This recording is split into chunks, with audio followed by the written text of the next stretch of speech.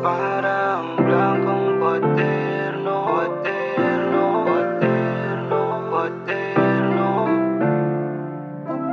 Ano? Saan ka? Hello, be. Nandito sa bahay. We need to talk. Bakit? May problema ba? Chill and relax on the track, boy. Ito ako, parang blankong kwaterno. Iniisip kung saan ako nagkulang sa'yo.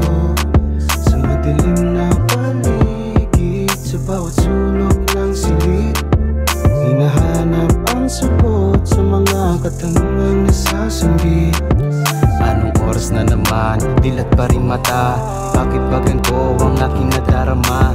Tila balisa, sa sugat mong dala. Para bang krimen na ikaw ang may gawa. Naiwan tulala, di na makahinga. Kaso mo lang absuelto, bakit dumating ka pa? Pangako mo na pa ako sa matamis na alaala, na kahit kailan na hindi na mawawala. Bakit ganito ba ang nagdarama ko? Malalim na gabi, parang nalulunod ako. Bakit ganito ba ang nagdarama ko? Malalim na gabi, parang nalulunod ako.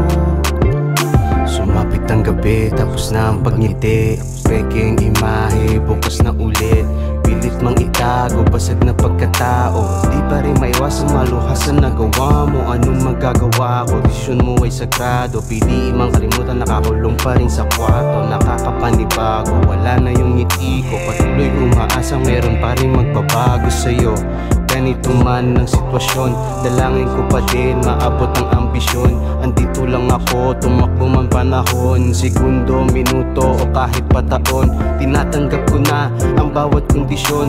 Hiling ko'y sumambulat na ako ay makabangon. Ngayon magising at hindi maging praning sa bukas at kahapon na aking haharapin. Bakit ganito ba ang nadarama ko?